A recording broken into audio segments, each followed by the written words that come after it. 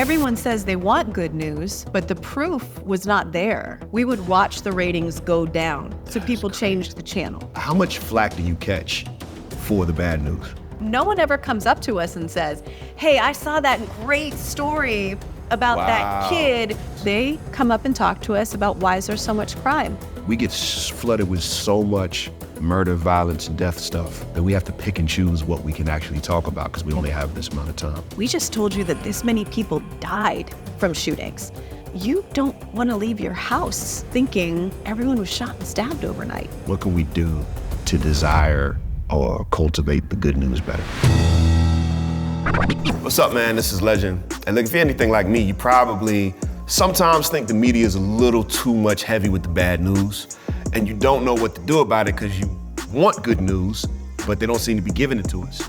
My friend Katie is an anchor with Wavy Channel 10. She's amazing, she's a great friend. And I called her on the phone one day, and we had a really dope convo about this, and I was like, yo, we probably should just put some cameras up. So this is just a random convo with my friend Katie about the tension between sharing good news and having to share bad news at the same time from a media professional perspective.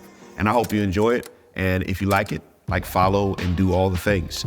But here's my conversation with Katie. I'm excited to invite you into this conversation.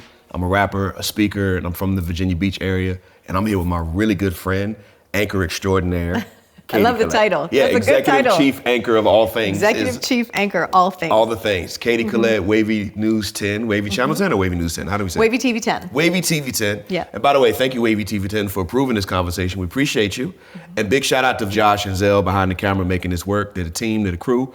Big shout out to them. So thanks for being here, man. Thanks for asking me. Nah, it's no I love problem, to chat man. with you. We've been talking about hanging out for a while anyway, I know. so I'm excited. Of course, we have to do it on camera. I know, right? Like, who If can we get don't- together behind the scenes? If there's no cameras, we can't. So Katie's been so super dope. When I did in 2021, my virtual concert series addressing mental health, she was one of the first channels to say, hey, we want to cover this, do a story about it. So thank you for that. Of course. And it was filmed right over there in this building, which is, that's awesome. I didn't realize that till today. But anyway, so we have a conversation we want to get to about good news and why, why is there so much bad news in the media? Yep. And how that's all you guys' fault and it's not ours at all. Right, that's right, just us. Yeah, that's We're that's the what we only wanna ones. get to. Yeah, it's all your fault. Yeah. And then how do we fix it? So we'll get there in a minute, but tell me how long you been at Wavy 10 and some you really like about your job.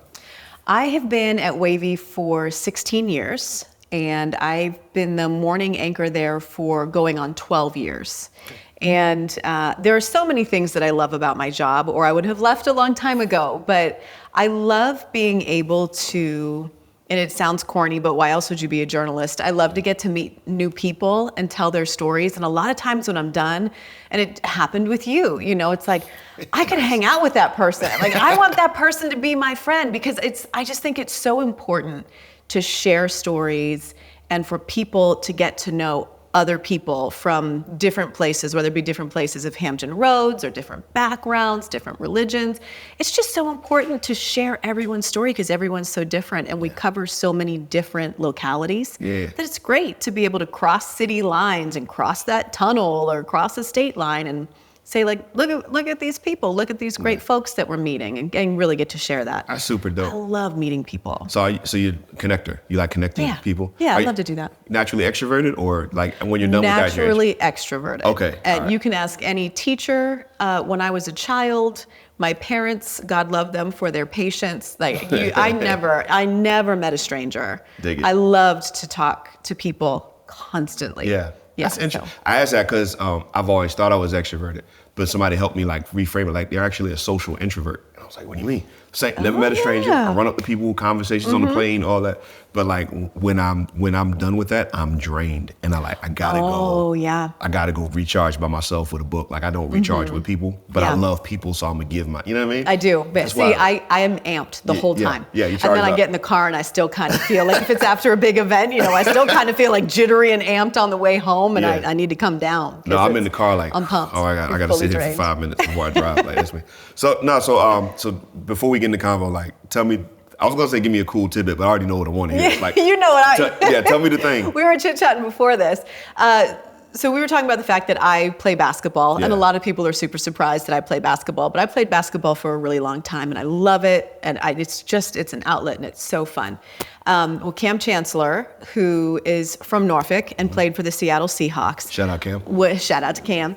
And he's such a wonderful guy, and his wife is wonderful. But Cam has a nonprofit in the area that gives back to the community. Dope. And so he doesn't do it now, but he used to have a basketball tournament over Memorial Day weekend, and he called it a celebrity basketball tournament. And Richard Sherman, Marshawn Lynch, Kyle O'Quinn, all these NFL players, NBA players, they would come and play, and then local media would get invited to play as well. And I was fortunate enough to be asked to play. I don't even think his organization knew that I actually knew how to dribble a ball. It was just like, hey, does someone have a heartbeat and 2 legs? Can you play? So yes, I can. They didn't know they was getting the ball in though. They did not. And so I went and I scored, and everyone just went nuts because they were not expecting. No one was expecting You said that. you played a couple times. You scored every time, right? I'm the only female to have ever scored in that tournament ever. All right. Yeah. Slight flex. It's cool. Humble brag.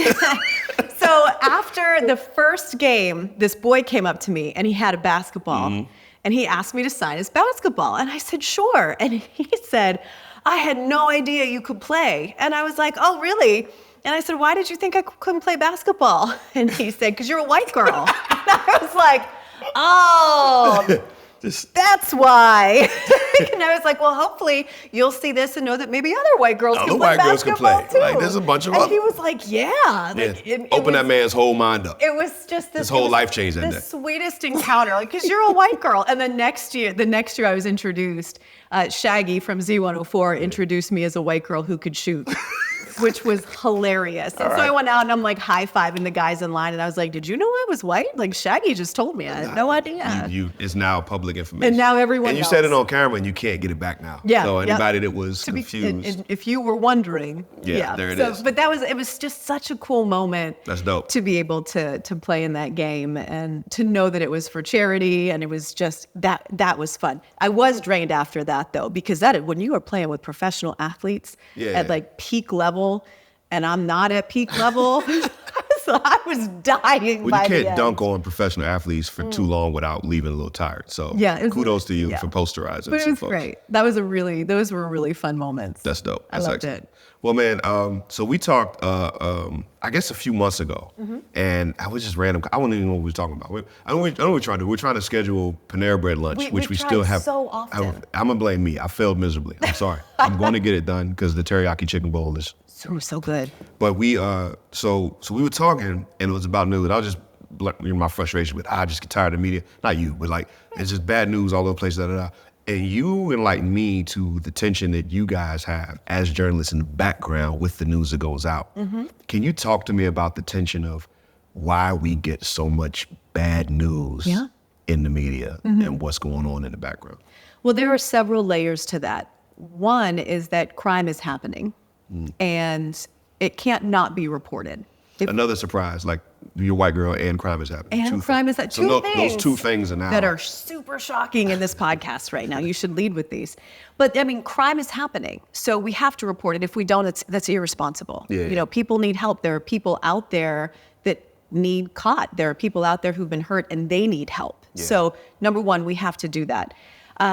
Number two, though, is we want to put happy and good news out there. That is a big thing for us. We desperately want to do that. We have our ratings. We can see every 15 minutes when people are watching or when they change the channel. And what we found, pre-pandemic especially, was if we had a crime block, so many people were watching. You call them crime blocks? Not.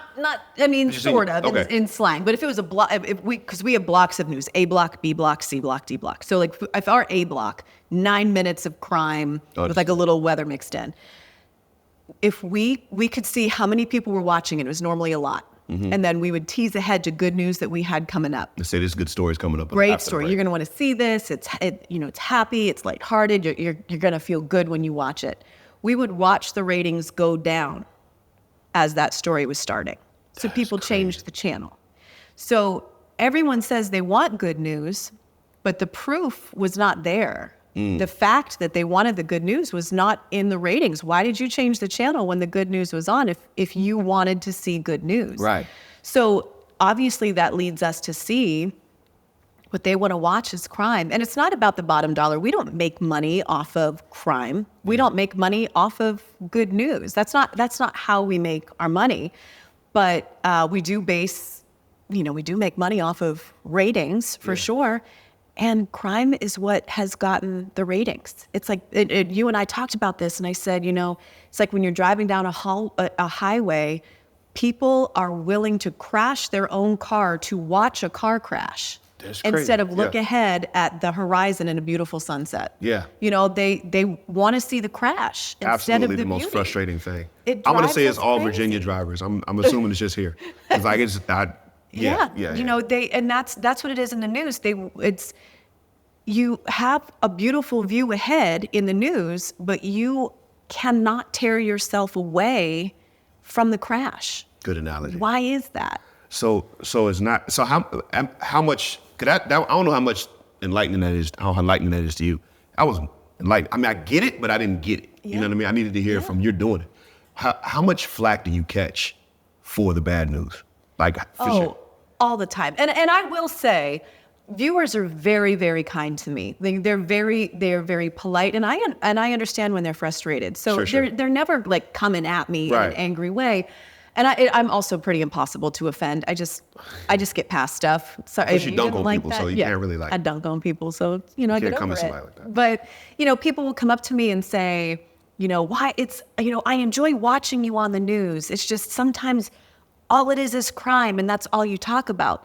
No, that's the part of the newscast that you're watching. Where's the rest of the newscast that you're watching? We make a conscious effort to put positive news, good events, children doing great things in the community, adults who are helping kids. We'll put that in, but no one ever comes up to us and says, hey, I saw that great story about that kid who raised all that money and got all these cards for this teacher who had breast cancer. No one comes up and talks to us Why about they that. compliments those? They come up and talk to us about why is there so much crime? What about the other stuff that we have in? Why did you not see it? Yeah. Do you think, I have a question about that. Back to the ratings. Mm-hmm. Do you explain to me the business of it? So you don't make money off of the ratings, but if the ratings are there, isn't that what the advertisers are paying to Well, be? no, we do make money. It is based off of the ratings. Okay. So a certain price will get set if For ratings are a advertisers, certain right? for advertisers. Okay, that's what I thought. Yes. Yeah, okay. So So if that's where the ratings are, that's where your price point, that's how you pay the bills. Exactly. And so we would love for ratings to be extremely high on good news stuff. Yeah. And then we'll put more and more in. And at Wavy, we don't necessarily base it on that.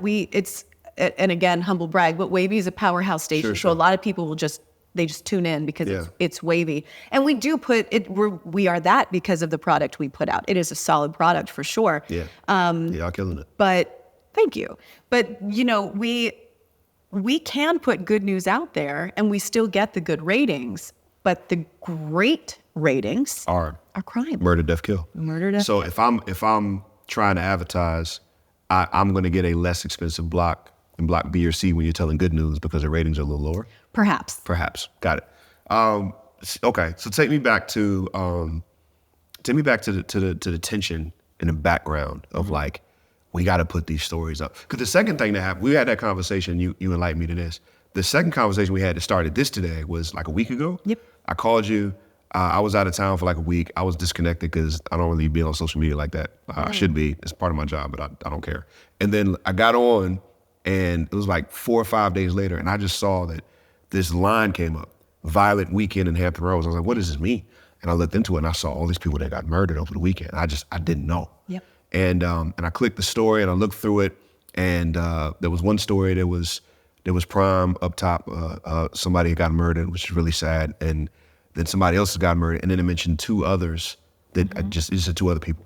And I called you and I was like, hey, how do you process this? What's going on? What's happening?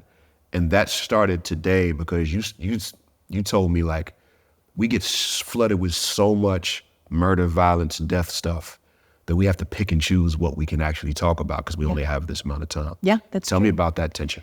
So in the mornings, especially in the mornings, because, people are waking up.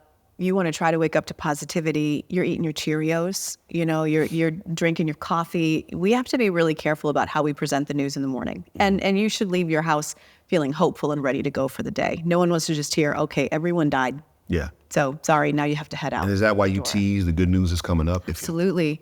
I mean, especially if we start the show with 2 shootings where 2 people died. You might notice Aisha Tolliver or I sometimes will say, we know that was a really heavy start to the morning, but there's hope ahead. There are good things that are happening, but we have to tell you about this. Yeah. The police are still there. We have to tell you about these things. But we're very cognizant about our responsibility to the victims and the families of the victims who lost their lives. That is a human who deserves to have their story told. They should not be homicide victim number 13. Yeah. That should be John Smith. This is his name. This is who he was. This was a person who died, not a statistic. It was a person. So that's our job and our responsibility. But also, we can't put, if several people died, so that weekend specifically, there was that you're talking about, a 20-year-old NSU student was shot and killed. A 14-year-old was shot and killed. And there was a murder-suicide. And at the time, 2 people died. It ended up, so it was 5. It ended up being 5 in one weekend. And we had to start our show with that because the majority of it was Sunday. So we had to start that way. And what a horrible way to start.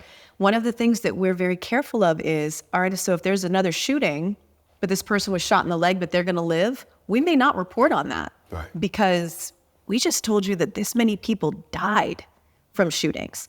If someone is stabbed, we may not report on that in that specific block or all during the day. We'll keep an eye on it. And if something worse happens, maybe we'll report on it then, because you don't want to leave your house thinking, okay, everyone was shot and stabbed overnight. Yeah. So we're very, very careful of the placement of the stories and very cognizant of what you should be seeing when you leave. And it's heartbreaking to have to say, okay, this shooting where someone lived, today we may not tell that one in the morning show. That may be midday. That may be our evening, because this morning we already have, or maybe not at all, depending, but we'll keep an eye on it and to see if there's a trend.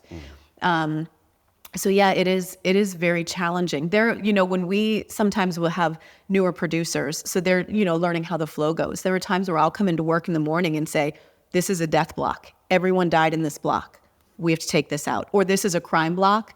We have too much crime. We have to take it out and shuffle it to a different section of the show. Jeez. And we need to, Aisha or I will say, Aisha Tolliver, like I said, my co-anchor, will say, is there something else that we can put here that's not crime? Yeah. Something else that happened that's not crime. It doesn't even have to be a happy-go-lucky story. Just to break up. Just like, hey, there are things that happen that are not crime, and we're going to put that in there just so people know, okay, we can get moving on a better day. If you started with a good news story right out the gate, would that, from your estimation, impact the ratings at the highest point?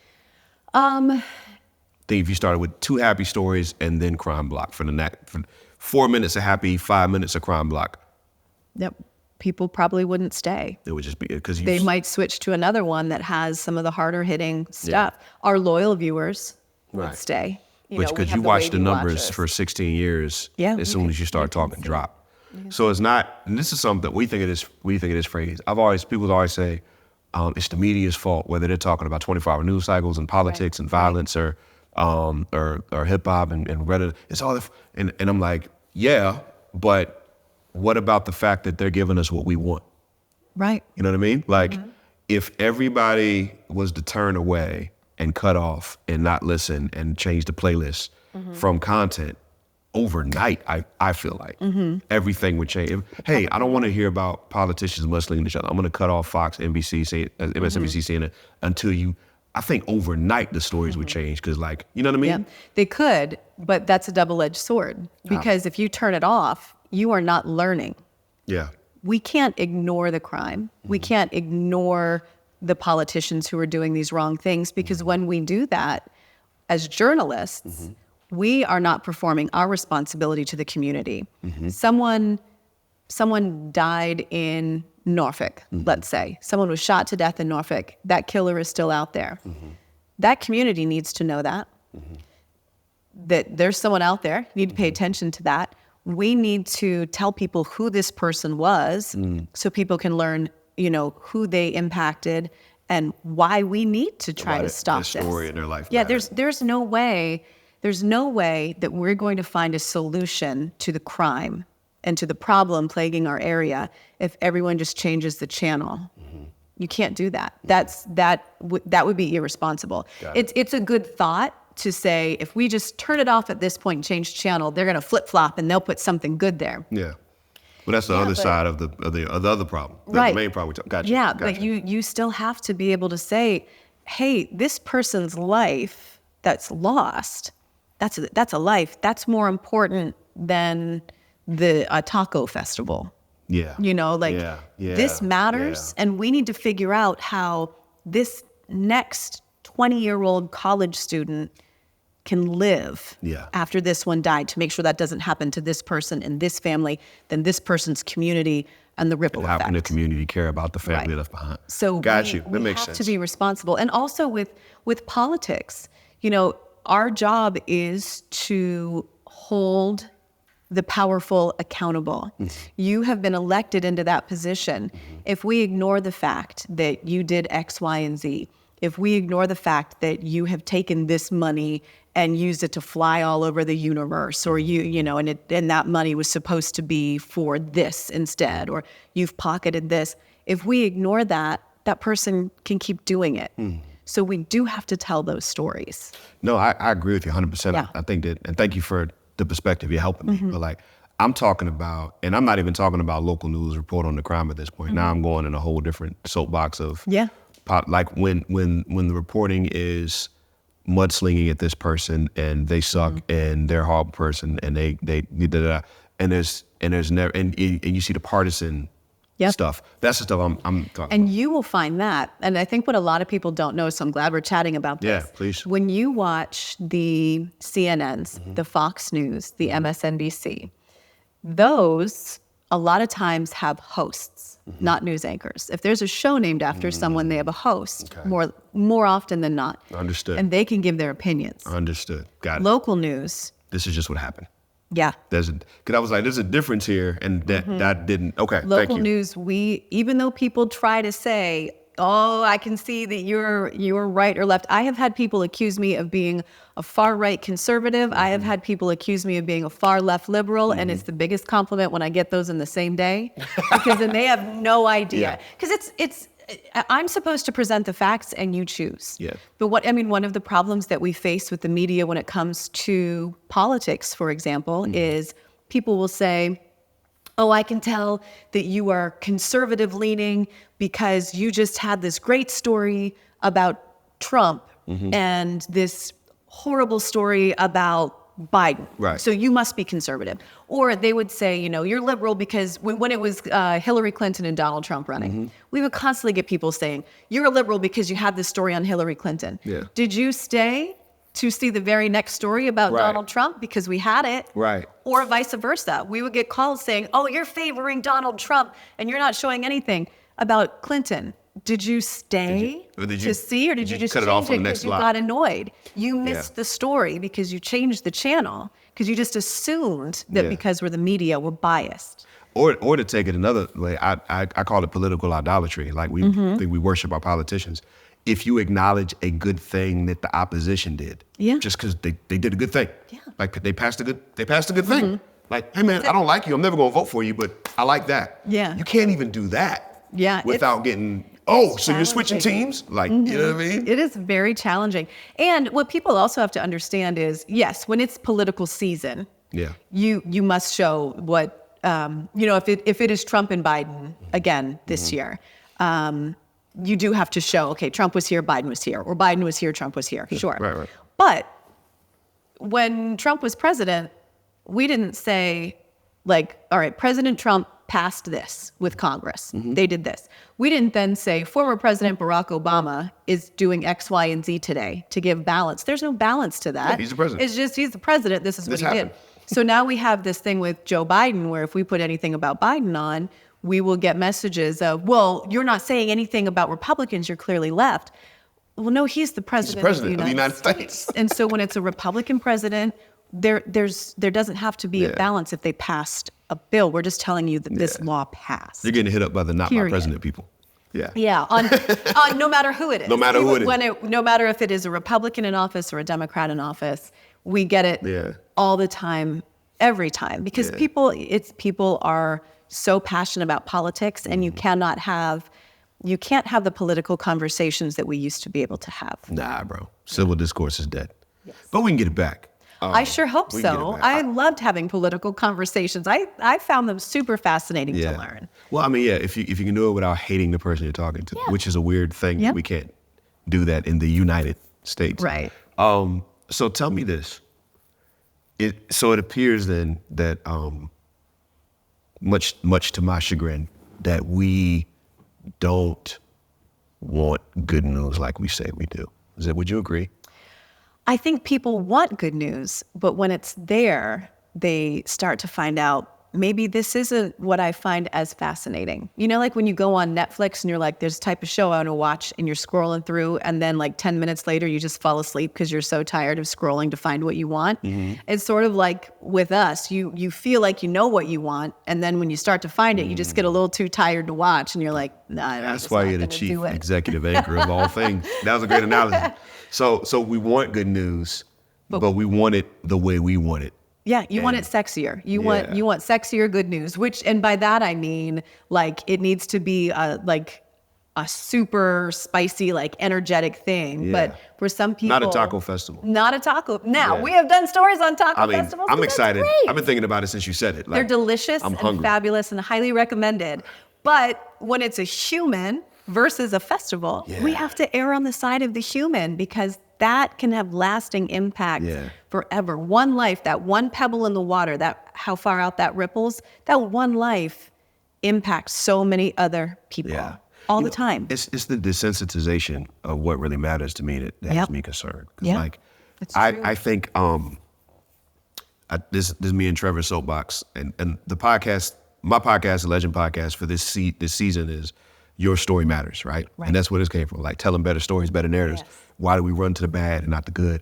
And I think what concerns me the most is, say you put up a story, so-and-so died, and we're used to that. We just, and we see it, and we're just like, oh, that's so sad. And then waiting for the next thing, because it doesn't even trigger our conscience anymore. It doesn't even trigger our sensitivity, because we're used to it. And we think that the desensitization is coming from reality, and it is. In many ways, you grow up in crazy trauma, like you just don't get bothered. But I also wonder if it's, because we can't choose that, but I also wonder, is it coming from the stuff we do choose? Mm-hmm. The music we consume, the movies we consume, the media we consume. If we're constantly feeding ourselves murder, death, kill, misogyny, violence, degradation, mudslinging, obscenities, whatever, you just start to feel like that's normal. Yep. And when it pops up, we just kind of like, it's another day. Yeah, another day. So like everybody's like, oh man, why is the media talking about, I wish Katie stopped talking about murders all day. Mm-hmm. Well, let's check your playlist on Spotify. Do you have a lot of murders in there? Are you listening to that on the way to your job to go help people in a certain community? Like, what are you listening to all the time? And people get really pissed when you start, really mad, when you start talking about, no, man, it's just entertainment. Like that's, I'm like, bro, you're programming your brain all the time to violence or hatred, even if you're not talking violence and murder and music. But whatever you're consuming musically or otherwise, it's those people over there and those liberals, those conservatives, those racists, and that's all you're hearing. So anybody that pops up from that side, you've got this preconceived notion because you fed yourself that all the time. Right. And your conscience is not sensitive. This is a human being who I may actually love and care about. Yeah. But I can't even get there because I fed myself. You know what I mean? All of it. Yeah. And that is something too, as a journalist, when we tell these stories, the people who will say, they're desensitized, or I'm so desensitized, I'm not even going to watch anymore. A lot of times those are the people who have the ways and means to make a difference. Or they'll be like, that's not happening in my community. I don't care. Well, it could happen in your community. Tomorrow. And then what? And then what? And when it does happen in certain communities and they're not expecting it, they're lost. But whereas other communities where it happens more frequently, They know to rally around one another and say, you know, never again. And then unfortunately, 2 weeks later, it happens again because it just constantly happens there. And the people who a lot of times will just say, I'm done, I'm changing the channel.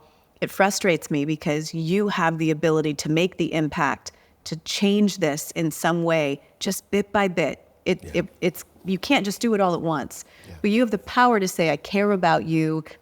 Your son's life was important. Your daughter's life was important. I didn't know them, but as a parent, that life should be important. Yeah.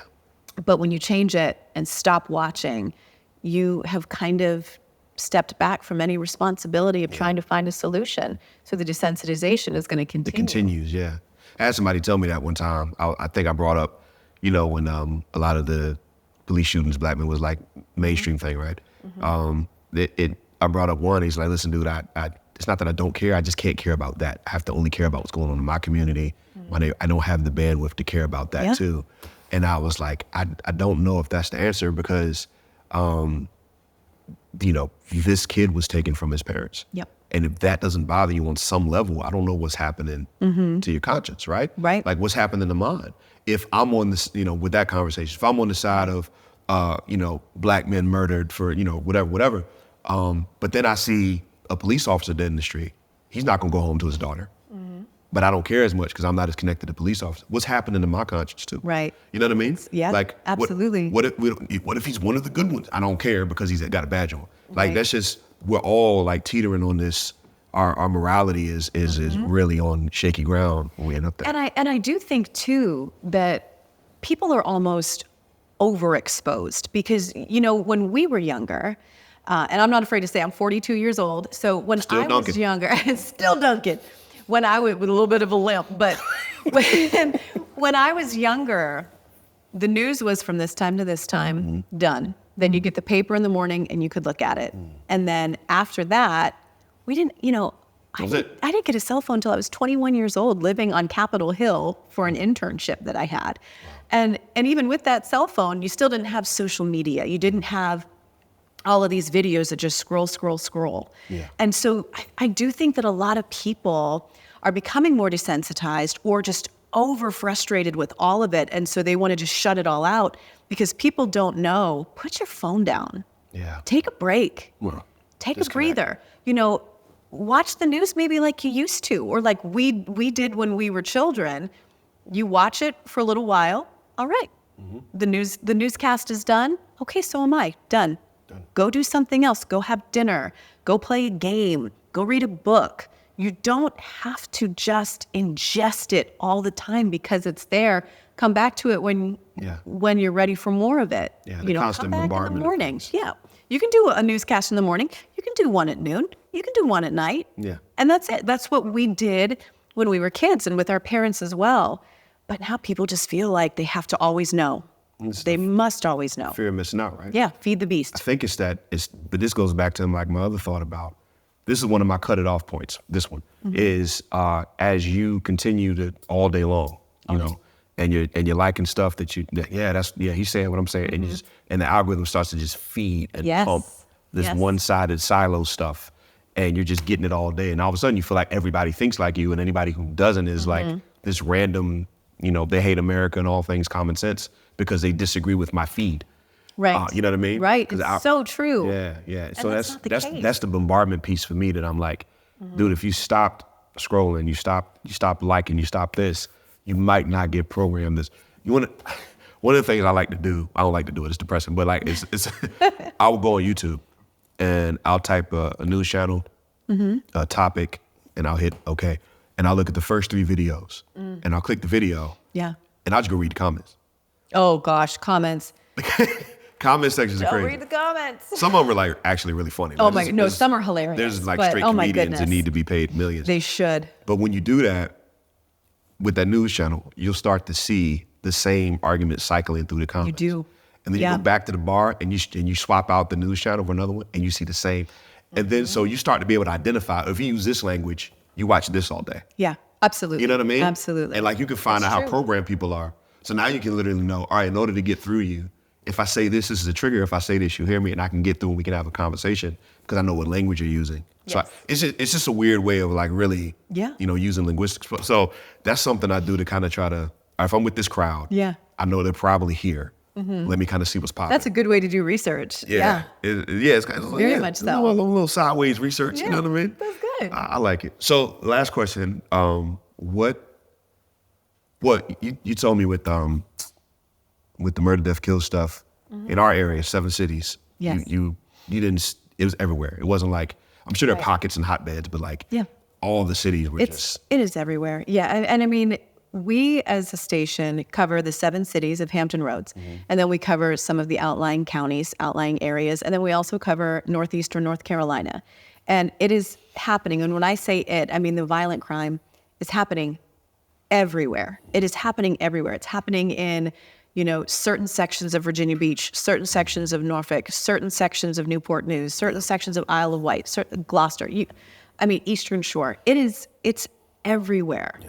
And so I think everyone really just needs to fully understand not in my neighborhood, not in my area. That's not always going to be the case. Yeah.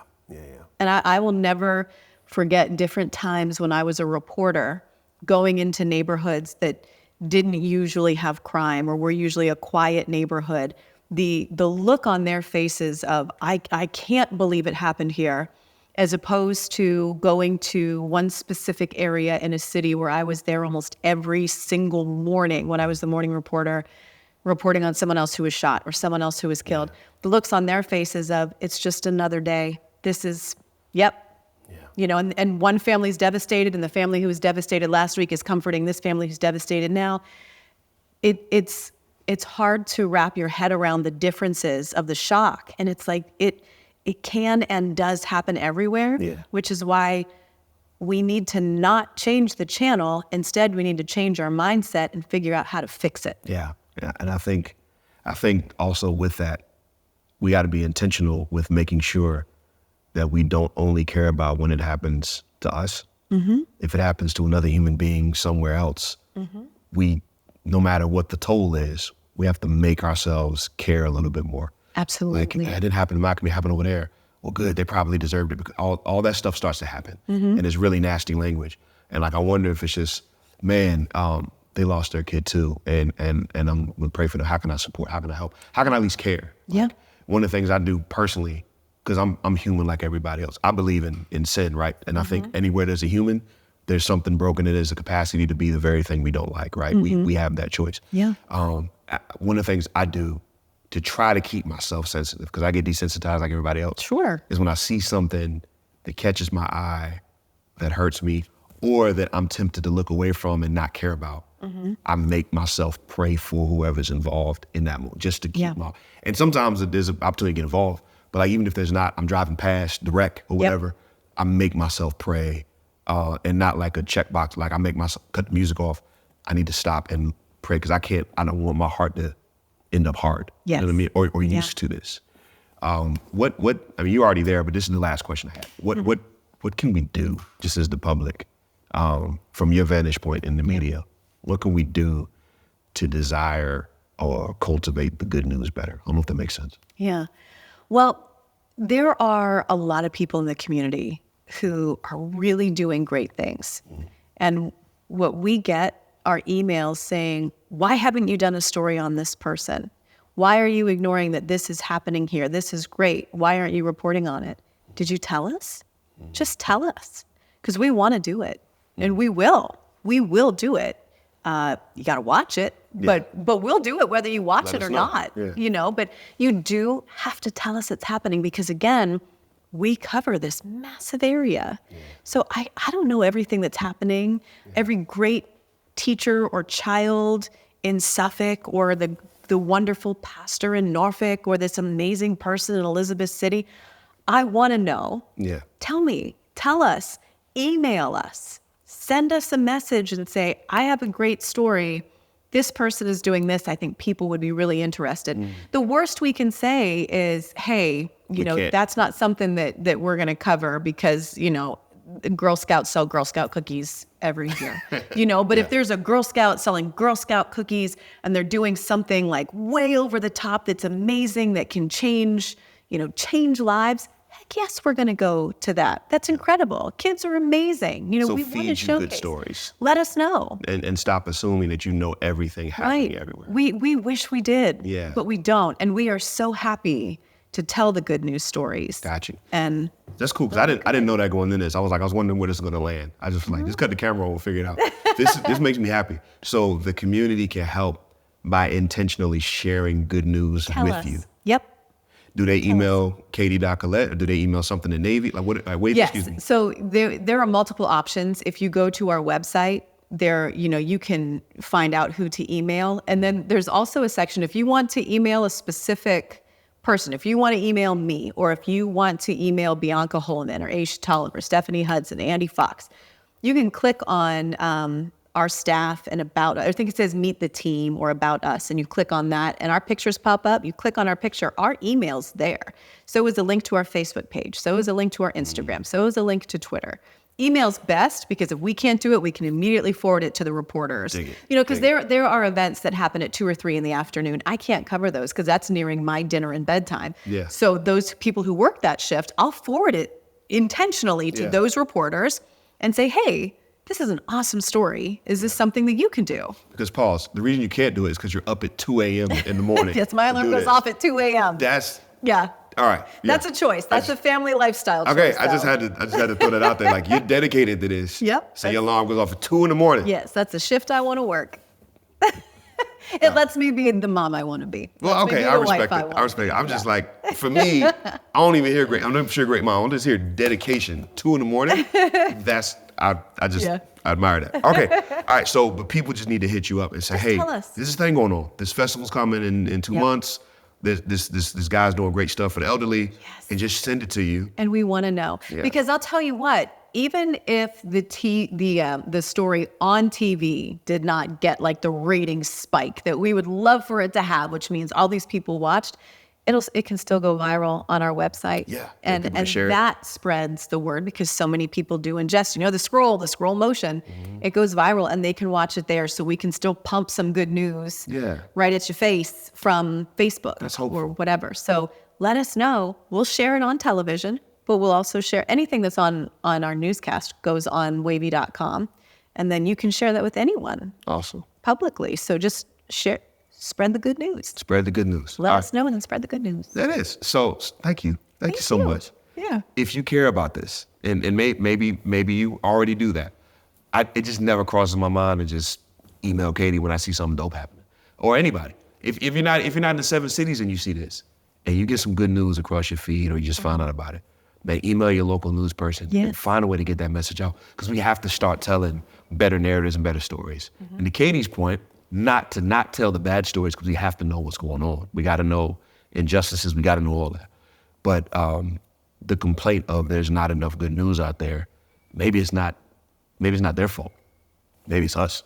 Maybe it's our fault. Maybe we're not sharing enough to them, because they've got constraints in an hour, and we got to pick this story, and we got all that. But we don't have those constraints. So we can say, hey, here's a bunch of good stuff. So email Katie. She's looking for good stories to tell. Absolutely. Thanks for being here. I appreciate it. Thank you. Thanks for inviting me on. Hey, man, thank you so much for watching this episode. Do me a favor. Please like, comment, share, and subscribe. Go to the show notes, do all the things, and let us know what you're feeling, because we'd love to hear from you. Appreciate you.